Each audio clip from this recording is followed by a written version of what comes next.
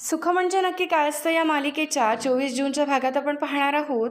नित्य वडाची पूजा करत असते आणि वडाकडे हात जोडून मागते, मागच्या जन्मी आमचं जे नातं होतं ते ही जन्मात तसंच राहू दे, असं बोलून नित्या वडाला फेऱ्या घेते. पण शालिनी लांबून ते सर्व बघत असते आणि एका शूटरला सुद्धा सोबत आणलं असतं.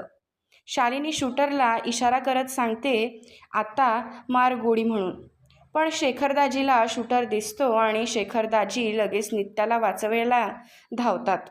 त्यामुळे ती गोळी शेखरला लागते. शेखरदाजी शेवटचा श्वास घेत असताना नित्याकडे वचन मागत म्हणतो, मला वचन द्या, तुमच्यावर आत्ता जशी वेळ आली तशी राजवर आली तर तुम्ही त्यांची गंभीर साथ द्याल.